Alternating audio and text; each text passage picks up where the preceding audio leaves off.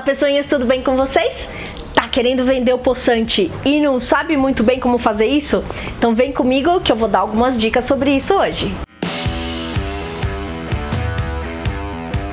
Vender o carro é sempre uma aventura.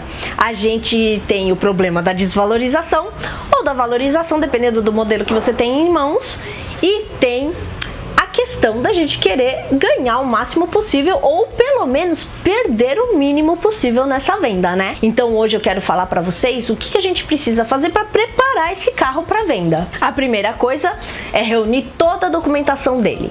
Os documentos de IPVA, licenciamento, o documento de transferência e o histórico de manutenções. O histórico de manutenções pode ser o próprio manual do carro com o carimbinho das revisões da concessionária ou da oficina independente que fez, ou aquele montãozão de notas fiscais comprovando que você fez todas as manutenções de acordo com o que manda o plano de manutenções preventivas da montadora. Com relação a documentos, é importante também quitar todas as multas, até porque é você mesmo que vai ter que pagar elas. E se você não faz isso no período certo e as multas começam a chegar lá para o próximo dono, você vai ter um desgaste entre ele totalmente desnecessário. Daí a gente começa a falar sobre manutenção. Algumas manutenções podem vencer nesse prazo em que você está com o carro à venda e é importante que elas sejam feitas. E nesse caso, a galera tem a tendência de querer dar um tapa no carro, ou seja, fazer as manutenções, mas colocar uma peça qualquer, levar numa oficina qualquer para fazer isso. Eu nem quero entrar na questão ética dessa prática, mas o que eu quero dizer para vocês é que se vocês apresentarem para o possível comprador um histórico de manutenções com peças de qualidade numa oficina bacana que você acabou de fazer, isso mostra, além de respeito, o cuidado que você tinha com esse carro, e aí a pessoa fica até intimidada de querer tirar muito do valor desse carro. E as revisões que estão perto de vencer, você vai avaliar quanta grana você vai investir para fazer essas revisões e quanto você consegue negociar com o possível comprador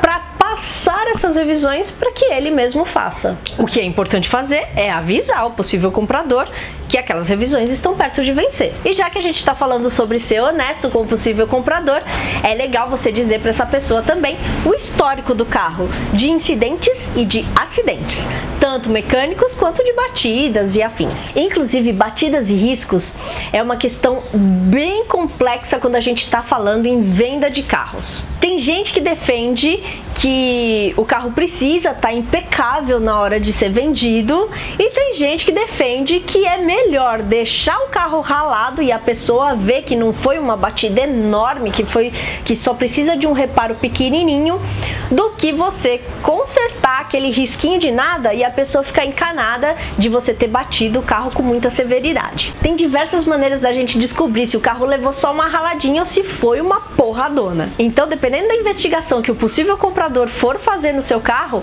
ele vai descobrir. Então, tanto faz você deixar ou arrumar. Se você deixar, isso mostra que você está querendo mostrar mesmo, deixar aparente os problemas que o carro tem para o possível comprador identificar e saber quanto ele vai ter que gastar com esse carro na hora que ele pegar. Se você consertar e se for um conserto com preciosismo, isso pode valorizar um pouquinho o carro. E olha, nesse ponto, mesmo que o teu carro tenha sofrido uma pancadona, se o reparo foi feito como se deve fazer, não tem problema nenhum. A única coisa é que o possível comprador precisa saber desse histórico e precisa ver que o carro foi muito bem reparado. E por último, o que esse carro precisa para ser apresentado para possíveis compradores numa feira, por exemplo, é de um dia de princeso. Mesmo que seja um carro caidinho, uma boa passagem numa empresa de estética automotiva vai levantar o astral desse carro para ele brilhar na frente dos olhos de quem quer comprá-lo. Agora me conta aqui nos comentários se você tá querendo passar o seu poçante para frente e como que você tá lidando com isso. E me conta também se você já pegou algum carro que foi muito legal ou nada legal. Aproveita e deixa o seu joinha, compartilha a dica com a galera e a gente, como sempre, se vê no próximo vídeo.